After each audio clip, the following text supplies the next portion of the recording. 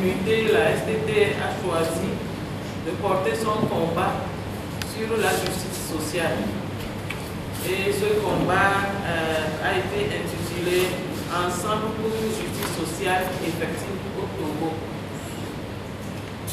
Nous voulons le porter aujourd'hui pour que les activités que nous allons y mener puissent nous permettre de pouvoir reprendre notre plateforme de revendication, du moins ce qu'il en reste.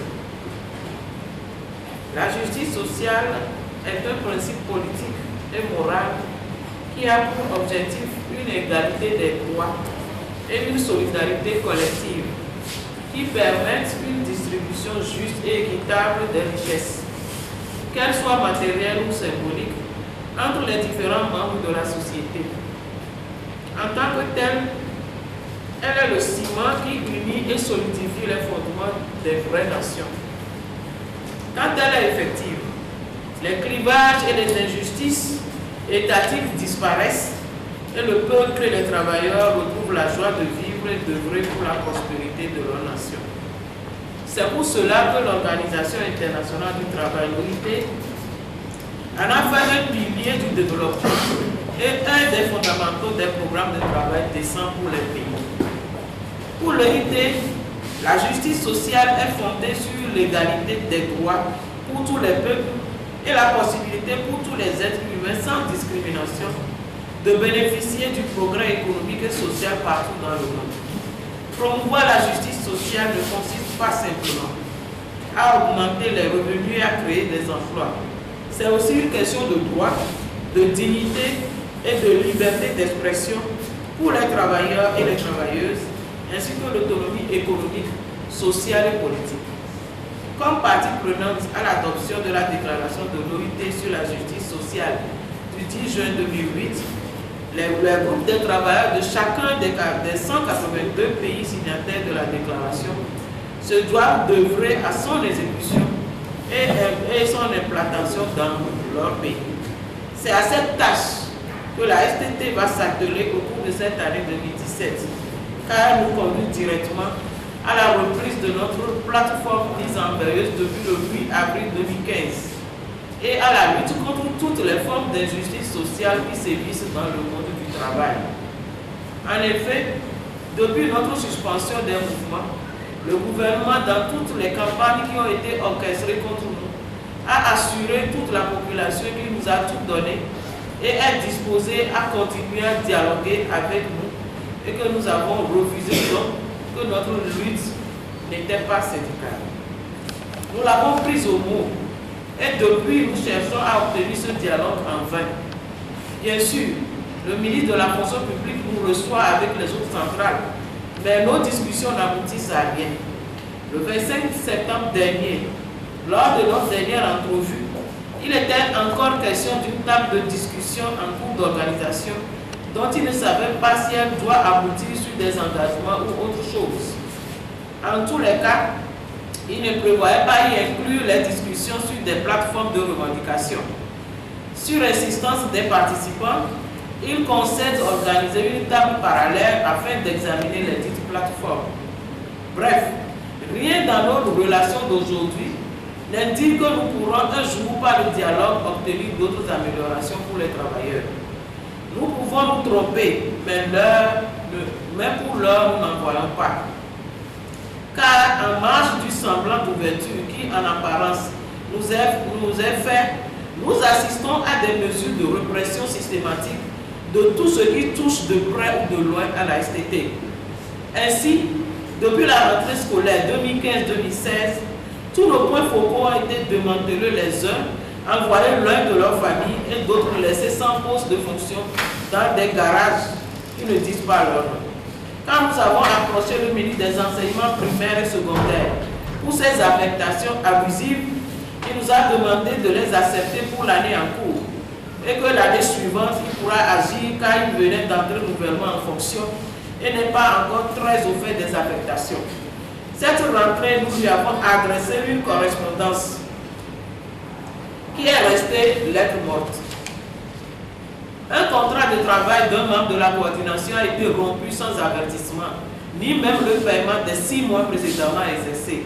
Pire, consigne est donnée dans son domaine de profession pour que plus personne ne l'emploie, pas même les privés, ni sur des projets où sa compétence se trouve être unique.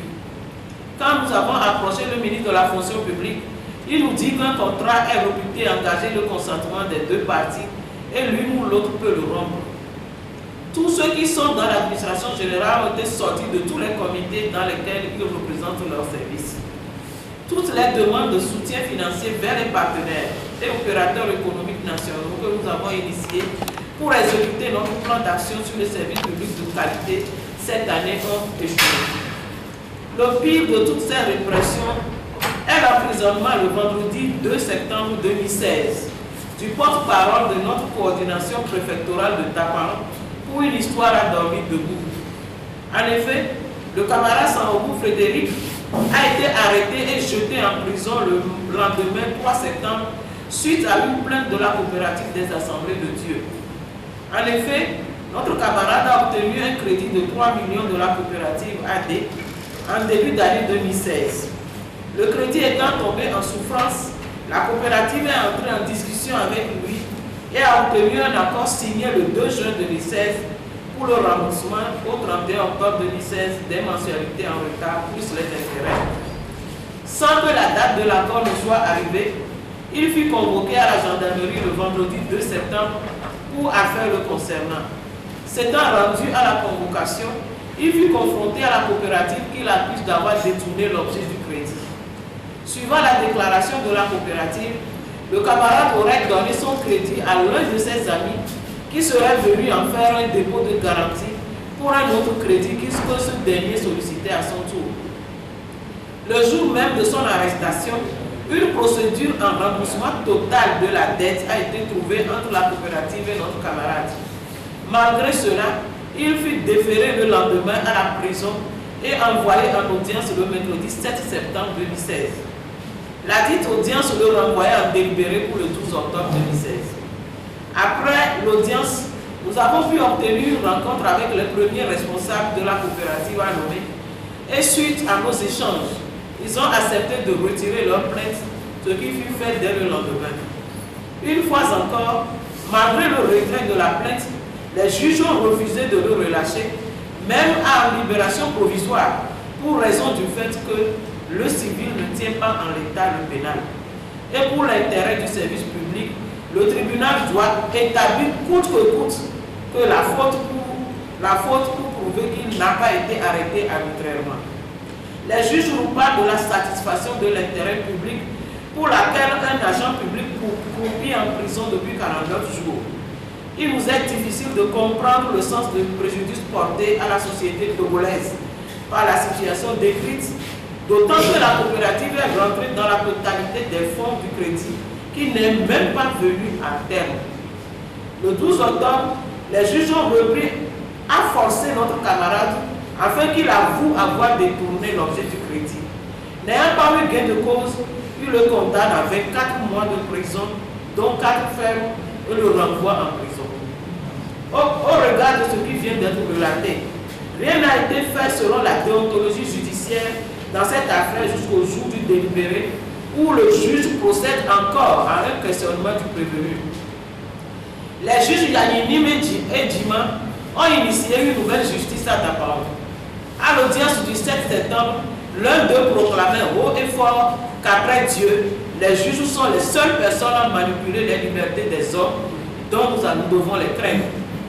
Nous avons choisi de suivre les procédures normales dans tous les points énumérés afin qu'on ne nous taxe pas d'extrémistes qui ne veulent pas respecter la loi.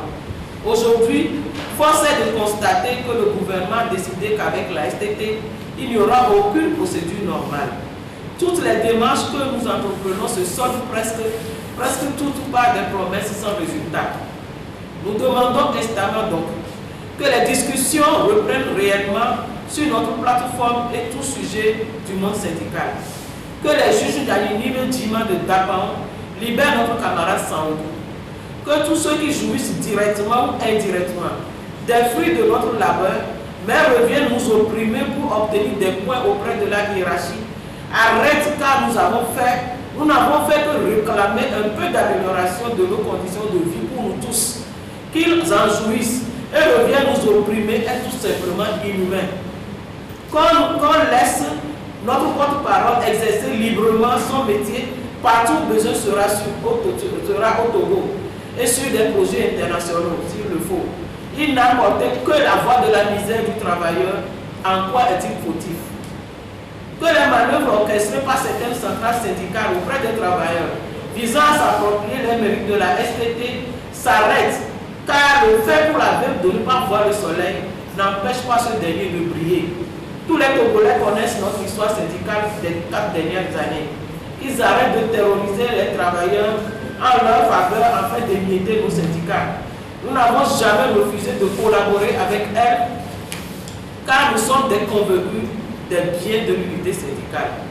Aussi, avons-nous décidé d'appeler tout le peuple togolais à témoin en général et les travailleurs en particulier, afin que tous nous dictent la conduite à tenir lors de l'Assemblée générale que nous organisons le vendredi 4 novembre 2016 au centre communautaire de Tokoin à 15 h.